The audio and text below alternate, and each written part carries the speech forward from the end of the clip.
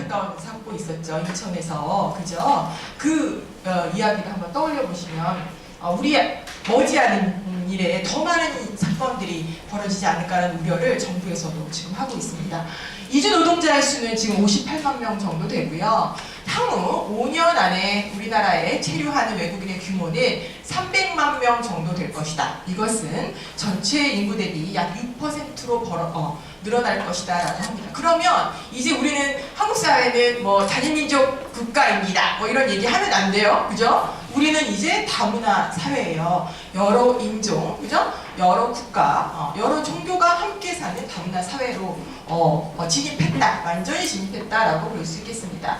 자, 제가 이제 수치를 하나 갖고 왔는데요. 불과 한 10년 전만 해도 약 100만 명에 머물렀던 외국인들의 어떤 수치가 지금은 이제 불과 10년 만에 배 이상으로 늘어났습니다. 제 학생들도요, 지금 매우 여러 명으로 섞여 있습니다. 이주 국제결혼을 통한 이주 가정에서 강남가정 학생도 있고요. 북한 이탈 주민 학생도 있고요. 또 중국에서 유학 온 학생도 있고요. 저기 멀리 우즈베키스탄 유학 온 학생도 있습니다. 함께 공부합니다. 자, 이렇게 구성원이 다양화되고 있고요. 웬만한 지역의 어린이집, 초등학교 가더라도 다 다문화 가정 아이들은 있고요. 이렇게 변했습니다. 자, 이렇게 한국 사회가 양적으로 글로벌화 되어 있고 이미 다문화 사회로 진입했고요. 그 원인으로는 방금 말씀드린 국제결혼 인구가 증가했고 또 외국인과 함께 일하는 일터도 많이 증가했습니다. 지금 60만 명이나 되는 외국인 노동자들이 함께 일을 하고 있고요. 여러분 전철 타시고 그리고 TV 매체 외국인들 너무 많이 나오죠? 그죠? 네. 여러분 우리 익숙하게 아는 사람 누구 있습니까? 많잖아요. 샘 오취리. 그는 오바마보다 유명합니다. 그죠? 흑인 아이들한테 물어봅니다. 가장 인상에 남는 흑인이 누구일까요? 그러면 오바마 이럴 것 같죠? 아닙니다. 샘 오취리 이렇게 이야기합니다. 그죠? 그것뿐만이 아니라 뭐 비정상회담이라든가 요즘 뭐 각종 외국인들이 등장하는 정말 한국말을 한국 사람보다 더 잘하는 그런 외국인들이 종횡무진 매체를 누비고 있고 전철을 타시던 어디 가시던 항상 우리는 외국인과 일상적으로 만나는 상황이 됐죠. 그런데요, 안타깝게도 다른 한편에서는 여러 가지 부작용들이 일어납니다. 내국인과의 일자리 경쟁, 그죠? 앞서 선생님들도 많이 말씀하셨지만 물론 하층의 계급들이 단순 업무기도 한데요. 일용직들 같은 경우는 중국 교포들, 조선족들을 데려오면 10만 원인데 우리나라 사람 10만 원이랍니다. 그러면 현장에 가서 일감을 못 받고 다시 돌아가는 일용직들은 대부분 한국 사람. 왜? 일하는 게 똑같다라고 하면 가급적 비용을 저렴한 사람을 쓸 수밖에 없겠죠. 그런 것 때문에 지금 계속해서 반다문화 사이트 이야기하고 가짜뉴스 이야기했는데요. 이분들이 지금 너무너무 당장에 당신들의 일자리를 뺏기게 생겼으니 열심히 활동하고 계시는 분들 중에 하나고요. 또 문화 충돌, 결혼 이주 여성들도 많이 늘어났지만 이 와중에 피해자들도 많습니다. 위장 결혼을 한 이주 여성들도 많고요. 그래서 결혼에 대해서 피해를 입은 남성들 같은 경우도 또 역시 그렇고요. 또 범죄 같은 오원춘 사건 아세요? 그죠? 이런 문제. 그래서 안산이 사실 다문화의 메카입니다. 제일 많아요, 이주민들이. 거기는 무슨 사건만 나면 바로 그냥 떠올립니다. 이주민일 것이다. 이런 것이죠. 또 그러다 보니 이주민에 대한 분노와 혐오의 목소리는 점점 더 확산되는 것이 사실이죠. 사실 대한민국은 김영삼 정부 들어서 세계화, 그죠? 열풍이 불었죠. 지금도 우리는 이제 자연스럽게 외국 물건들을 직구를 통해서 하고 있고요. 그리고 하루에 그냥 일본이나 중국 같은 경우 그냥 하루에 뚝딱 갔다 오죠. 새벽에 비행기 타고, 그죠? 저녁에 또 떨어집니다. 이제 세상은 일일생활권으로 다 묶였어요. 그런데 우리가 외국인에 대한 호감이라고 이야기했을 때 전체 외국인들을 이야기하나요? 그건 아닙니다. 알아봤더니 서구 출신, 특히 선진국 출신 백인한테는 호감을 보이는데요. 동남아 출신이라든가 아프리카 출신이라든가 외국인 이주민한테 대해서는 과연 우리가 호감을 보일까? 거기에는 퀘스천 마크가 있게 되는 것입니다. 주로 이들에 대해서는 다양한 편견들, 그죠? 너네 가난한 나라에서 우리나라 돈 벌러 오지 않았냐, 그죠? 고정관념, 이주민, 특히 이제 이주 여성들한테는 그 완벽한 한국인으로서, 아내로서, 엄마로서 살기를 강요하자, 그죠? 그리고 사회적 차별. 사실은 이주 노동자 같은 경우는 대한민국에서 정주할 수 있는 어떠한 방법도 없습니다. 정책적으로, 그죠? 일을 열심히 하다가 4년 10개월만 되면 본국으로 돌아가야 돼요. 왜 그러냐면 5년 이상 머물면 귀화 신청을 해야 되거든요. 안 받아줍니다. 국가적으로. 예. 단지 이주 여성들, 그죠? 특히 다문화가족 지원법. 이주 여성들만 제도적으로 다문화가족 지원법의 혜택을 받을 수 있는데 이마저도 한국인 자녀를 출생하지 않으면 받을 수 없습니다. 예, 아주 조건이 명료합니다. 나라에서, 그죠? 국가에서 제공하는 조건. 아까 이제 난민 이야기도 말씀하셨지만 인권침해 문제는 뭐 말할 필요도 없겠고요. 우리 다양한 이슈로 매체에 종종 많이 등장하는 것들을 연상하시면 되겠고요. 중요한 것은 단순히 우리가 이제 KK 집단, 그죠? 개인이 혐오하고 싫어하고 이런 차원을 떠나서 우리가 우려해야 되는 것은 전체 일반 국민들이 부정적 인식이 점차 확산되고 있다라고 하는 차원을 우리가 다시 한번 생각해 봐야 되는 그런 시점입니다. 왜 이게 문제가 되냐면요. 매년 여성가족부, 매년 3년에 한 번씩 여성가족부가 국민 다문화 수용성 조사라고 하는 것을 했습니다. 2012년에 처음 했고요. 3년마다 한 번 하니까 2015년에 했고요. 아마 올해 또 할 겁니다. 약 2,500명을 대상으로 했더니 어떻게 해요? 전체적인 점수율이 조금씩 높아졌어요. 51점이었다가 53점 정도 다문화 수용성이 증가했어요. 근데 그래도 희망적인 건 우리 아이들 같은 경우는 67점 정도대로 많이 올라갔습니다. 다른 선진국들은 근데 다만 80점, 90점대예요. 그런데 세부 내용으로 가면 굉장히 우려스럽습니다. 뭐냐면 일자리를 빼앗아 간다라고 생각하는 수치가 더 늘었고요. 경제적 기여보다 손실이 더 크다는 수치는 더 늘었고요. 범죄율이 상승했다 더 늘었고요. 그죠? 국가 재정의 부담률을 증가시킨다라고 하는 세부 내용에 있어서는 부정적인 수치가 남았고요. 세계 가치관 조사라고 하는 것에서도 우리나라에 깜짝 놀랐으면 사람들이 인종차별 수준을 7단계로 나눴는데 우리나라가 두 번째로 높은 단계에 속하더라. 36.4%가 다른 인종을 우리 이웃으로 둘 수 없다 이렇게 이야기했다는 것이죠. 근데 가까운 중국이나 일본은 같은, 그죠? 아시안대도 20% 미만이다. 왜 깜짝 놀랐냐면 우리나라 사람들이 경제 수준도 높고 교육 수준도 높은데 민족적 갈등이라고 경험해보지도 않았어요. 충돌이나 이런 거요. 그런데도 불구하고 이렇게 인종차별 수준이 높은 것은 너무나 이례적이다. 아마 단일 민족주의, 그죠? 순혈주의 이런 것 때문 아닐까 이런 이야기를 합니다. 자, 그러면요. 아예 이주민들은 피부색이 달라서 그렇다 칩시다. 다문화가족 자녀 아이들은 어때요? 여러분 다문화가족 자녀 아이들 중에 가장 우리 이주 여성들에게 어느 출신이 가장 많이 왔다고 생각하세요? 중국이에요. 그죠? 1등이에요. 특히 처음에는 그 중국 교포들, 조선족들이 많이 이주했어요. 왜? 언어도 통하고 우리 민족이니까요. 중국인들도 이세는 티가 안 나요. 그러다가 압도적으로 늘어난 게 베트남이에요.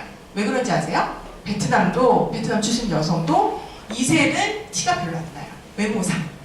그렇기 때문에 굉장히 선호를 해서 기하 흡수적으로 베트남 출신 이주 여성들이 많이 늘어난 케이스도 있는데요. 근데 우리 아이들이 정말 많이 힘들어합니다. 피부색의 다름으로 인한 부정적 이미지도 있고요. 이런 선입견, 언어 문제, 학습 부진 문제화가 될 가능성이 크다는 편견. 이건 아이들도 그렇고요. 선생님들도 그렇습니다. 선생님들도 다문화 교육이라고 하는 걸 마땅히 받아보지 못했기 때문에 이런 편견에 있죠. 그리고 불편한 시선 속 소외되고 상처받으면서 학교 생활을 비롯한 일상생활에 적응에 어려움을 겪는 우리 친구들이 굉장히 많고요. 그런데 이것을 해결하기 위한 일부 노력하는 선생님들은 이 아이와 소통하려고 앞에다 몽골어 사전 딱 놉니다. 그럼 아이들이 마음을 확 연다고 해요. 어머, 우리 선생님은 나랑 이야기할 준비가 되어 있구나. 그죠? 나를 인정하고 있구나. 이런 노력들도 하고 있어요. 그렇다면 제가 이제 시간이 너무 없어서 이주민에 대해서 차별하거나 배척하는 양상은 어떤지 좀 분석을 해봤습니다. 외국인에 대한 편견과 차별적 반응을 보이는 이유는 아시다시피 우리 여태까지 교육받은 게 한국은 단일민족 국가다, 그죠? 또 순혈주의를 가지고 있다. 한국은 한민족의 전통, 또 자민족 중심주의 이런 것들이 있었고요. 그러다 보니 외국인에 대해서, 그죠? 환대와 배척의 극단적인 양상을 보이게 됩니다. 백인 선망 의식, 이건 무조건적인 환대를 보이는데요. 왜 그럴까요? 왜 우리는 백인을 무조건적으로 환대하죠? 외국인에 대한 접촉 경험이 없다 그러면 백인이든 흑인이든 마찬가지여야 되잖아요. 그죠? 근데 왜 우리는 백인을 더 선호하고 흑인은 유색인종들은 차별과 홀대를 합니까? 자, 이거는 제가 이따가 말씀드리도록 하겠습니다. 중요한 것은 우리나라가 원래 인권이나 평화나 자유 등의 보편적 가치 이런 것들을 교육을 받았어야 되는데 먹고 살기 힘들다 보니 박정희 정권 때부터 한민족의 단결을 통한, 게다가 저희는 이제 분단국가 아닙니까? 그러니 민족주의 이상화 전략을 실시할 수밖에 없었고요. 그러다 보니 이질적인 구성원에 대한 편견과 차별이 일상화되었던 정치적 배경이 있습니다. 그러니 혼혈아가 우리나라에 배견될 수 없었죠. 그래서 입양을 많이 보냈고요. 대한민국이 유일하게 화교가 차이나타운을 제대로 건설할 수 없는 유일한 국가로서도 오명이 자자합니다. 뭐 지금은 달라졌습니다만. 자, 그래서 우리 사회는 외국인에 대한 일상적인 접촉이 이루어진 생활 공간뿐만이 아니라 이렇게 되다 보니 개인적, 제도적, 문화적 차원을 포함한 전방위적으로 지금 차별과 편견들이 확산되고 있다라고 하는 점을 말씀드리고 싶습니다. 특히 이제 개별, 집단별로 한번 말씀드려보죠. 이 얘기 많이 나왔는데요. 아까 우리 홍 선생님도 말씀하셨지만 청년경찰 범죄도시, 그죠? 더 어떻게 그려집니까? 조선족 동네. 조선족들은 극악무도한, 그죠? 깡패 조직. 이렇게 그려지고 있죠. 그래서 정말 영화를 본 500만, 600만의 많은 국민들이 이걸 보고 가리봉동 가기 무섭다, 대림동 가기 무섭다라고 얘기합니다. 학생들이 더 그래요. 저 몰랐는데 아예 없었어요. 얘네들이 선입견이나 차별. 근데 그 동네 가기 무서워요, 선생님. 이렇게 얘기해요. 네. 그 매체의 영향력이 얼마나 큰가. 감수성 없이 고려하지 않고, 그런 부분 고려하지 않고 그 영상을 만들어낸 오죽했으면 여러분, 미국 같은 나라는 수백 년의 인종차별에 저항하는 역사, 그죠? 이런 걸 갖고 있겠습니까? 그런데 여러분, 마이클 잭슨이 왜 그렇게 얼굴을 성형을 하고 백인이 되고 싶고 했겠어요? 그렇게 돈이 많고, 그죠? 그렇게 유명한 사람마저도 그 나라에선 한 번 소수자면 영원한 소수자로 살 수밖에 없는 그런 운명인 거죠. 마찬가지입니다. 이들이 80만 명이에요, 조선족들이. 그런데 우리나라에서 지금 어떻게 그려지고 있는가를 보시면 굉장히 속상해합니다. 그죠? 이분들은 엄연히 여러분 주변에 양꼬치집 주변에 없는 곳 없죠. 그럼에도 불구하고, 그죠? 이런 이야기, 우리 국민 빗바라본 기생충이다. 국민 청원 올라왔습니다. 이렇게 일상적 무시를 넘어선, 차별을 넘어선 혐오 양상이 벌어지고요. 이주 노동자는 뭐 말에 더해 뭐합니까? 미개한 검은인종, 가장 하층 계급. 싫으면 너네 나라로 돌아가라, 이런 얘기는 비일비재하게 듣고 있고요. 작업 현장에서의 차별, 우리나라 사람들에 대한 무시, 정부에 대한 아예 제도적 차별까지 더해집니다. 이주 여성이나 다문화가족 자녀라고 다를까요? 이 사람들은 다문화가족 지원법의 엄연한 대상자입니다. 우리나라가 저출산 문제를 해결하기 위해서 농촌 총각 장가 보내기 운동했는데 우리나라 여성들이 절대 안 하니까, 그렇게 운동을 해도 안 가니까, 자, 그럼 외국에서 신부를 데려오시오 라고 대놓고 저출산 고령화 정책의 일환으로 그녀들을 데리고 왔어요. 그렇죠? 그 결과 그들은 다문화가족 지원법 혜택을 받습니다만, 그들이 정말 우리나라 사회 구성원으로서 역할과 권리를 행사할 수 있느냐? 그게 아닌 거죠. 지금은 온종주의나 시해의 대상이거나 수동적으로 보호할 대상으로, 불쌍해서 안 됐으니까 도와주자, 이런 방식으로 접근하고 있다. 사회복지기관에서도 참 고민이 많습니다. 사실은 이런 부분 때문에. 그래서 도움을 받기 위한 부정적 이미지 부착화나 한국 사회에서 제한된 역할이나 정체성, 부여된 시민으로서의 권리도 소용이 없는 현실의 벽을 아주 느끼고 있죠. 이제 다문화라고 이야기하면 그것마저도 편견입니다. 네, 싫어합니다. 애들이 다문화라고 이야기하지 마세요. 제 이름은 누구예요? 이렇게 이야기합니다. 네. 야, 다문화, 선생님까지 이렇게 이야기합니다. 네. 자, 아이들이 아주 치를 떱니다. 하지만 또 어떤 지원을 받을 때는 그건 너무나 또 자기한테 꼭 필요한 지원이니까요. 이중적인 감정을 갖고 있습니다. 연합뉴스 6월달 제가 이 발제문을 쓸 무렵의 기사였어요. 이 기사가 또 나더라고요. 오늘도 학교에서 아이는 한마디도 하지 않았다. 한국말이 서툴고 엄마도 한국말을 못하기 때문에 베트남 사람입니다. 우리 엄마 학교 안 왔으면 좋겠다. 이 이야기예요. 그와 더불어 또 우리 인천에서 러시아 출신의 우리 아이가 집단 그저 떠돌림을 계속 받다가 또 죽음을 당하는 문제까지 한꺼번에 터졌죠. 자, 비하와 차별 수위는 이전보다 나아져야 되는데 오히려 심각하고요. 동시에 대중의 반다문화 정서는 더 급격한 확산. 이주민들을 이제 무임승차나 특권층이라고 하고 이미지화하는 가짜뉴스들로 지금 반다문화 사이트에서 활동하시는 분들이 20만 명이 넘는다라고 합니다. 굉장히 종류도 많아졌고요. 이런 논의들이 지속됩니다. 그러면 우리나라 사람들은 왜 이런 인종적 태도를 갖고 있을까요? 경험이 없으면 없어야 되잖아요. 그죠? 우리 아이들, 갓난아기들은 뭐 이 사람이 백인이든 흑인이든 아무 상관없잖아요. 그죠? 근데 왜 우리는 이런 게 있을까요? 첫 번째, 단일민족, 순혈주의. 그죠? 이것은 인종차별의 문제가 가시화될 수밖에 없는 토대가 되었고요. 또 중요한 것은 우리는 서구식 인종주의를 갖고 있습니다. 우리는 백인들을 어떻게 만났죠? 그죠? 국제사회 원조의 경험, 근대화의 어떤 맹카, 그죠? 서구의 것은 좋은 것이다, 그죠? 미인의 기준도 어떻습니까? 바비 인형처럼, 그죠? 어떻게 동양 사람이 바비 인형처럼 바스트, 웨스트, 힙 이렇게 할 수 있겠습니까? 자, 그런 것들이죠. 또 신자유주의 방식의 자본주의, 그래서 국가적 위계, 잘 사는 나라와 못 사는 나라의 엄연한 구분, 그렇죠? 같은 흑인이어도 미국 출신과 가나 출신은 다릅니다.